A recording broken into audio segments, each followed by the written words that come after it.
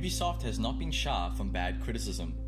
Over the past few years, there are many gamers in the industry detesting Ubisoft for many factors including greediness, bad optimization, and broken releases. And although subject to opinion, the past few years to me have been some of the best years for Ubisoft. I truly believe they are doing an incredible job compared to other mainstream developers. In this video, I attempt to maybe sway some of you who think Ubisoft is not a great company and make you realize that Ubisoft is actually undermined amidst all the other developer giants in the game industry. This is the one area that gamers tend to have a problem with consistently. Optimization is a tricky thing to analyze based on a number of factors. While I can say that optimizing games is very complicated when taking platforms into account, varying PC hardware and the number of frameworks each platform uses, Ubisoft, I think, as of recently, has some of the best optimized games in the industry at the moment. Starting from Wildlands, the games have been well made and not afraid to push the limits of hardware. Before people argue in the comments about Wildlands, I can assure you it is a properly optimized game. Play the game at its best and you'll realize that in order to capture the beauty of the game they created, they need to push the limits of PC hardware. There is a difference between raw graphics and bad optimization. I'm talking mainly about PC here. Many are quick to assume because Wildlands does not run perfectly on a mid-range gaming PC that is poorly optimized. This is blatantly wrong. It is just a heavy game. If you look at the draw distance, the asset density, and most notably the tessellation, this game is breathtaking. I do not think for a second that Ubisoft is lazy in optimizing it at all. They wanted to capture the realism and visceral scale of South America and Bolivia. It does worry me that every gamer these days immediately assume that games are bad because of bad optimization, and that is true in some cases, do not get me wrong. But it is ignorant to say and conclude this if they don't get 70 FPS on a GTX 1070 for a game like Wildlands. The truth hurts, but modern game titles are getting extremely graphically intensive, and PC gamers need the hardware if they want to experience games to their full potential.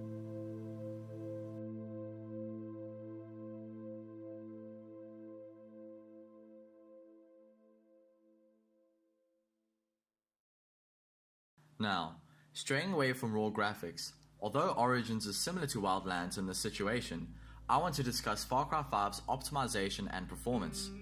It is astounding to see a new 2018 release run so smoothly on such a variety of machines, and in doing so, running really well. This is evident with its low CPU utilization and benchmarks across many systems. Here is a benchmark for 1080p at Ultra from an article by PC Gamer, and we can see an incredible set of results.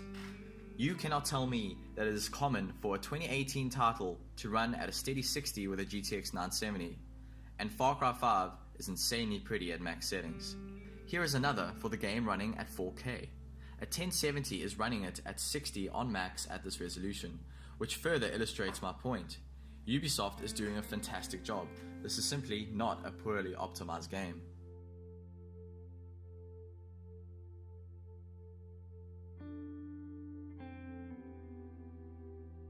This is one of the biggest selling points for me personally, and I'm going to pay specific attention to Wildlands and Origins here. I have deep reverence for how much work the developer teams at Ubisoft put into recreation of reality. It truly is a testament to how they see games and what people love about them, which is the immersion games can achieve. Origins is the epitome of what defined the Assassin's Creed series, and that is historic recreation. Ubisoft has done a marvelous job at imagining ancient Egypt and creating it for all to enjoy. It is packed full of historic accuracy, ranging from actual hieroglyphics to massive scale pyramids, to real life locations and pieces of ancient lore.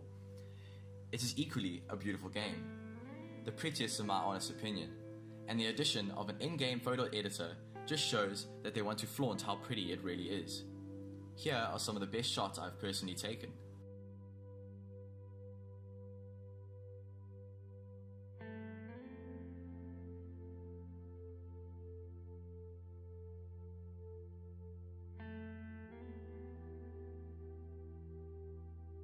It makes me respect the developers so much. The effort here is tireless. This respect I have is further backed by Wildlands as well. Not only is Wildlands not shy of pushing hardware to the limit, the world of Bolivia is a detailed spectacle.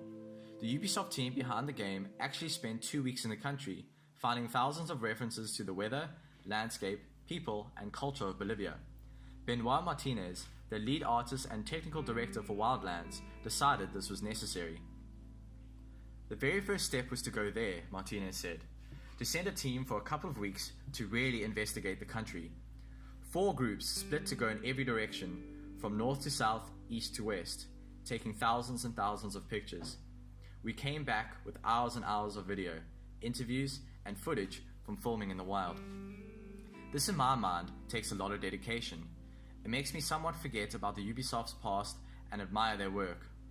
This is important to the game industry, and more people must realize the hours of hard work developers put into this form of art that they love and care about.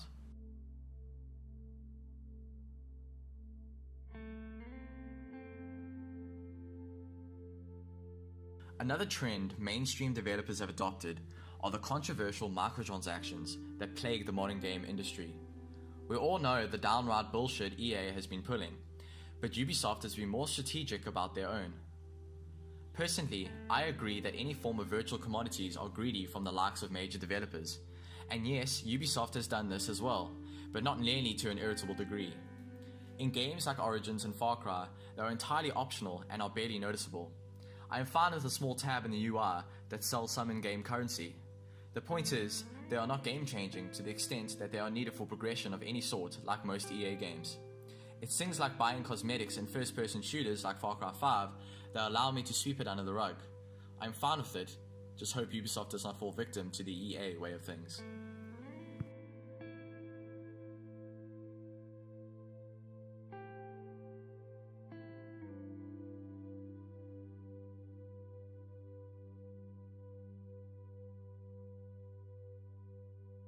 Ubisoft is not shy from their downfalls though. I will not get into the fiasco that was Unity or Siege's broken release. I wanted to look at their last couple of years' work. They've evidently learned from their mistakes. With the release of Far Cry 5 and Origins, they have, just as the game's content did, reinvented themselves to some degree. No longer are the scripted better-looking E3 trailers being showcased and greedy DLCs being released. DLCs like Origins Hidden Ones and Curse of the Pharaohs DLC are actually good and ripe with content, something that isn't too common these days, with lots of mainstream developers extorting money from their customers.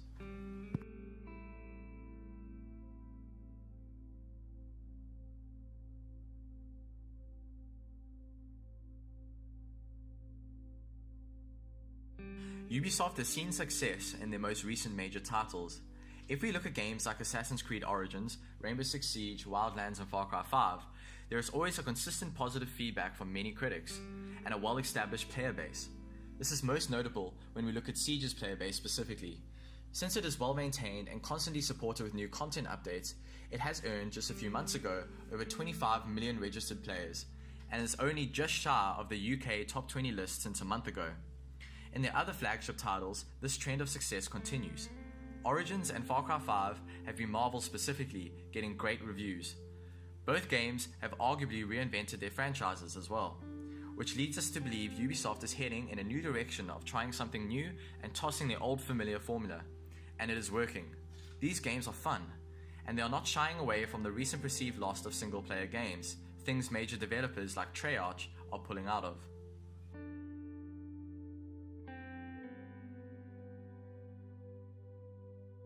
Alright guys, thanks for watching. I would love to see your thoughts on Ubisoft in the comment section below. Hope you guys enjoyed the video.